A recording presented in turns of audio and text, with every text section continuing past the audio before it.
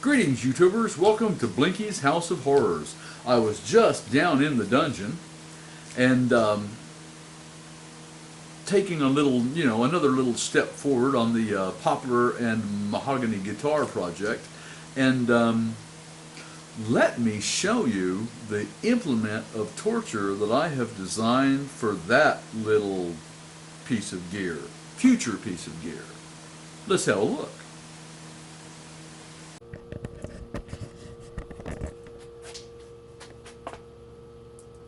What we're looking at here is my homemade hydraulic guitar body press.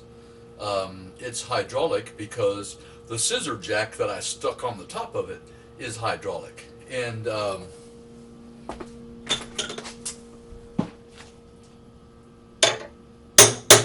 it's tight. I put the neck in the neck pocket, and then I glued the pieces. I had the neck bolted on. I put the glue on. I put them together with the neck in place. Got the exterior clamps on, and then removed the neck once this was where it belongs, and then put it on top of this.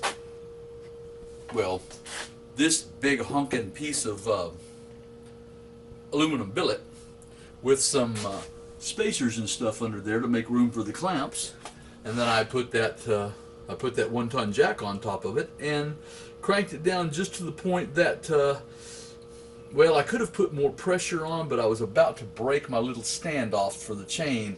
This piece down in here is actually the edge of my homemade router table that's in this, so I put this over that to protect it from getting crushed and make a good base for the press. This also is going to basically be what I use for my micarta press when I actually do some micarta guitar parts. Assuming that I actually do some micarta guitar parts. But in any case, the body is now in the process of being glued up. There is a control cavity cut into the mahogany portion, which, well, what I did, I just drilled a few holes in there and cut it out with a jigsaw because I figured it would be easier to drill it through and cut it out before I glued the thing together than it would be to glue it together and then dig a control cavity out of it. So and you'll probably get to see me dig that out a little more with a Forstner bit or a router bit, or I'm not sure how I'll do it yet. Probably a Forstner bit, since that does seem to work so well for me, and it's easy. So I'll probably do it that way. But in any case, so that neck will soon be headed for that body, and of course we're going to cut on the neck. And oh yeah, while I'm showing stuff, I cut this veneer on my, this is part of the poplar, and I cut this veneer on my table saw, and it's going to take very little work to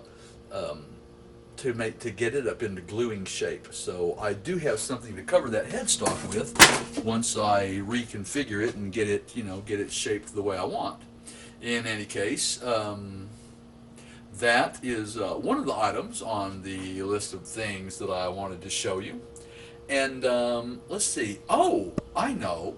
We should go from here to the pink Stratocaster that I found. Listen, I don't know if one of you guys is going to want to buy this thing, but I did shoot a short video with my phone so that if you did decide you wanted to buy it, I could create that opportunity for you. So let's have a look at that right now. There you go. A Fender pink guitar for the low price of $499. I'm just doing this in case you want one, because it's one of these rare Squire bullet strats. It's pink and it's $499. You guys let me know if any of y'all want me to run down here and buy this for you. Just send me the money, okay? Later. So anyway, if you want the pink guitar, just let me know and send the cash, and I'll go pick that thing up just as soon as you want me to, and ship it off to you just as soon as as soon as I receive the money for that as well. Plus, 15% markup for handling fee.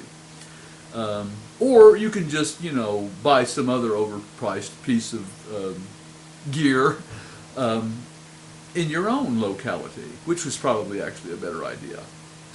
Speaking of which, do you guys remember my purple 5-string PV Millennium AC bass that I showed you a while back?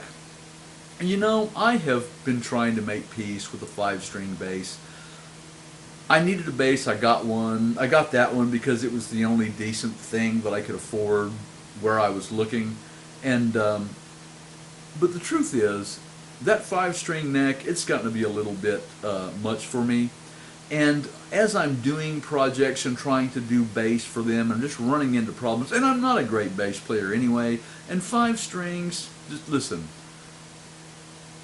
too much difficulty level, too long of a learning curve. And as we know, I have several.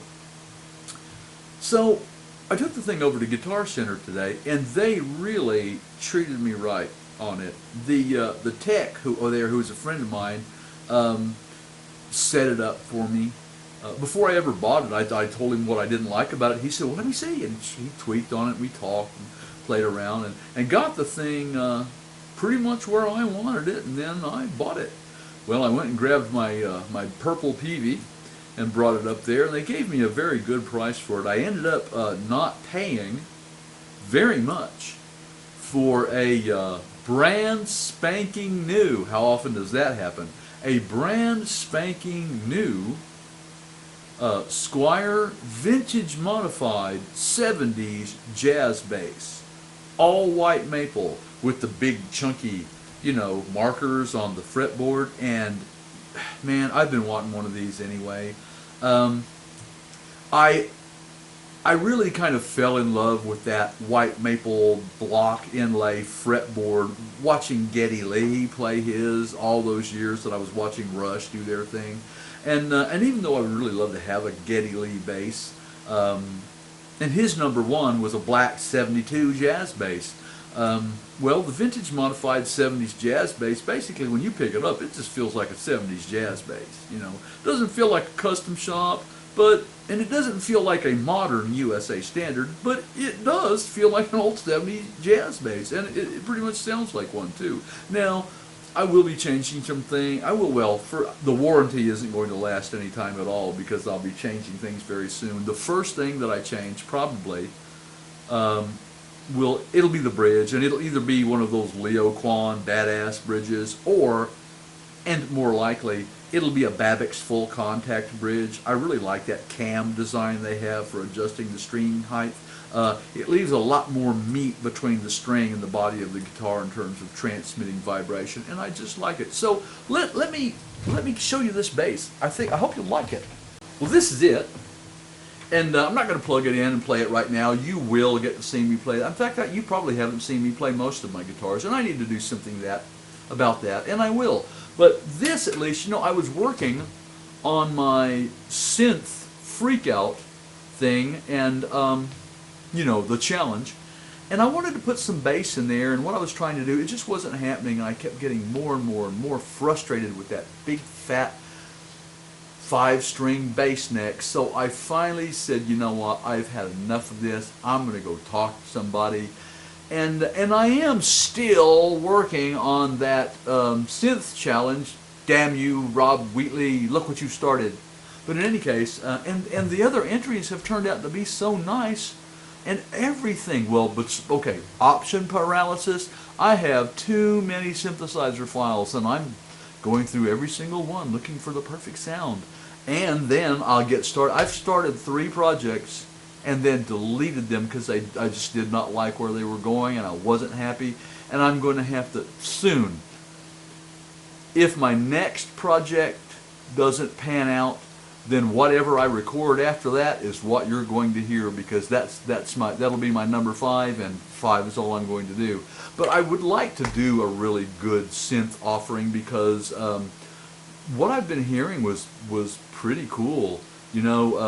Jamie, you talked like yours wasn't going to be that great, but I thought it was pretty cool. And I'd like to know, did you do that in a sequencer, or did you play that? because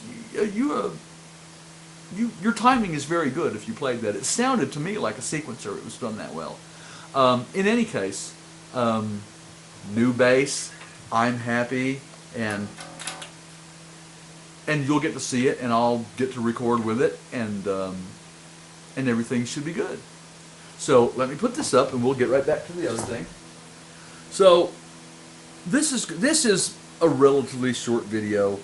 I'm not really trying to avoid making videos. I've just been so busy, and by the time, you know, I get home off of work, I'm tired, and I would really rather sit down and watch your videos than make one of my own, and not really fair, you know, letting you guys carry the ball while I kick back and relax.